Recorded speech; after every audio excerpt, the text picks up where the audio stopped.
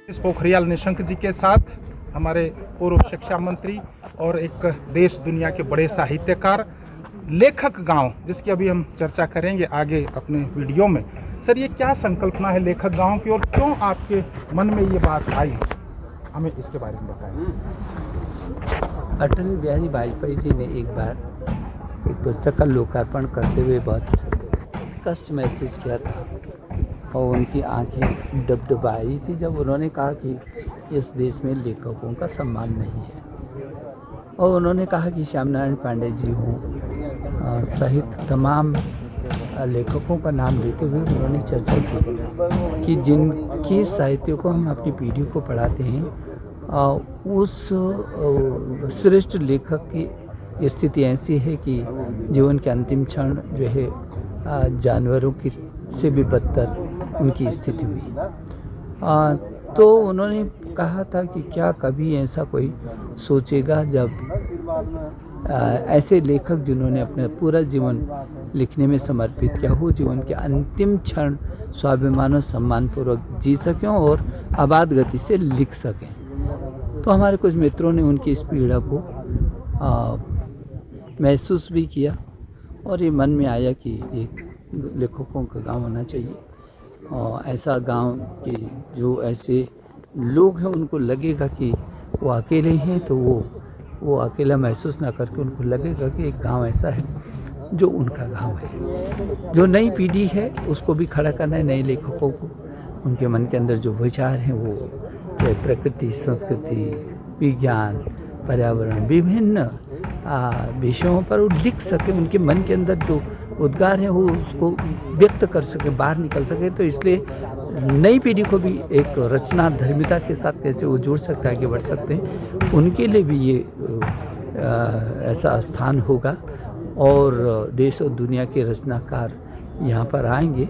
यहाँ पर पुस्तकों का उत्सव भी होगा। वर्ष में 3 उत्सव मनाने का इन लोगों ने हिमालय विश्वविद्यालय का के संरक्षण में ये आगे बढ़ने वाला लेखक गाँव 3 महीने में प्रादेशिक स्तर पर कला, साहित्य और संस्कृति के महोत्सव होंगे।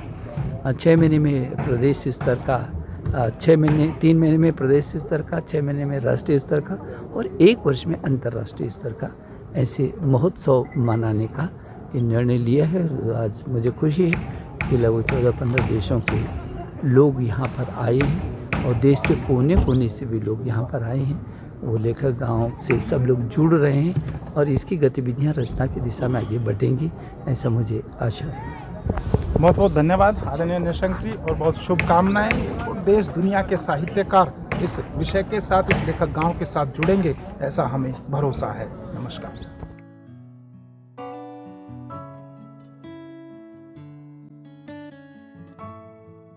मैं हूं आज लेखक गांव, थानो, देहरादून, उत्तराखंड।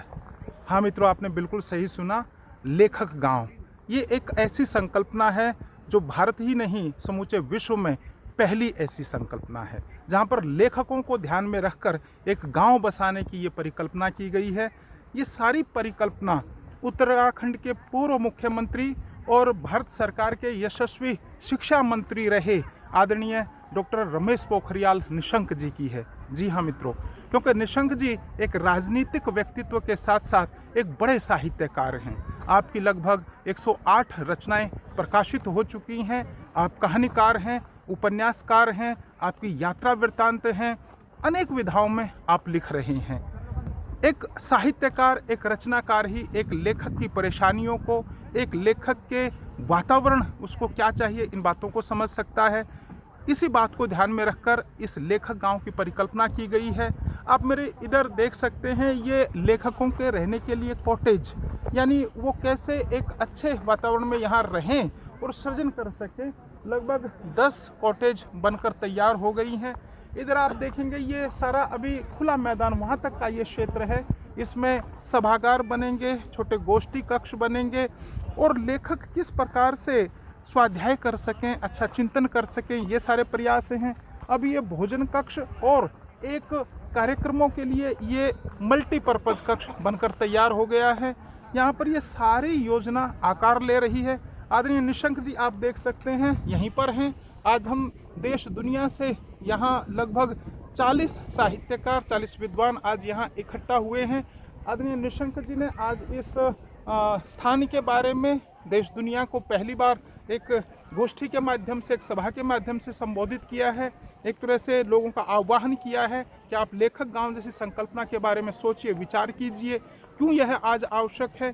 क्योंकि कोरोना काल में यह देखा गया और कई बार ऐसा देखा जाता है कि अच्छे प्रबुद्ध रचनाकार भी कई बार अपने वृद्धावस्था के समय बहुत सारे अभावों का जीवन जीते हैं। स्वास्थ्य सुविधाएं कई बार नहीं मिल पाती, अच्छा लेखन के लिए वातावरण जो चाहिए वह नहीं मिल पाता। तो उनको ध्यान में रखते हुए और नवोदित लेखक किस तरह से एक अच्छे वातावरण में अपने आगे की पीढ़ी से प्रेरणा लेकर लेखन कर सके, स्वाध्याय कर सके, चिंतन कर सके और अच्छा साहित्य देश दुनिया को मिल सके, ये सारी संकल्पना है। आप देख सकते हैं यह देहरादून से लगभग 20 किलोमीटर ये स्थान दूर है। थानो एक स्थान है और उस थानों से ही पूरा पहाड़ी मार्ग है। पीछे आप जंगल देख सकते हैं, जंगल है, इसके पीछे नदी है, नदी देख सकते हैं, चारों तरफ पर्वत श्रृंखलाएं हैं और एक बड़ा ही शांत और रमणीय स्थान है ये लेखक गांव। ऐसा लेखक गांव, क्योंकि हम नगर बसाने की संकल्पना करते हैं, हम अच्छी सड़कें निकलें इसकी योजना करते हैं, अच्छे स्कूल कॉलेज बने इसकी योजना करते हैं, अनेक अच्छी ऐसी योजनाएं करते हैं, अनेक अच्छे नगर अच्छे बसाते हैं, लेकिन उसमें एक लेखक गांव हो ये संकल्पना कभी नहीं करते। संभवतः ये भारत में, और भारत ही नहीं, भारत से इतर विदेशों में भी पहली बार ये प्रयास है। आदरणीय डॉक्टर रमेश पोखरियाल निशंक एक बड़े साहित्यकार हैं, हम उनको नमन भी करते हैं और इस कार्य का प्रचार प्रसार हो, ज़्यादा से ज़्यादा लोग इसमें सहभागिता करें, इसका आह्वान भी करते हैं। नमस्कार।